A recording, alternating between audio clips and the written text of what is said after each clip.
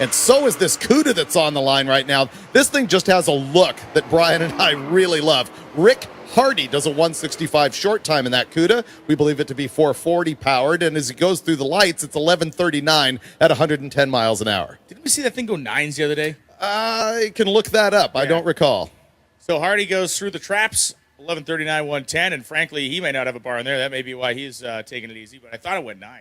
13:53.9 at 101 for John Martin in the Trailblazer SS.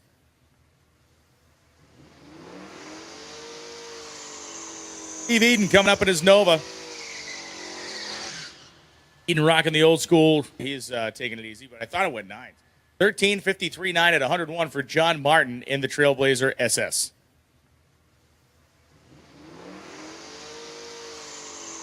Steve Eden coming up in his Nova.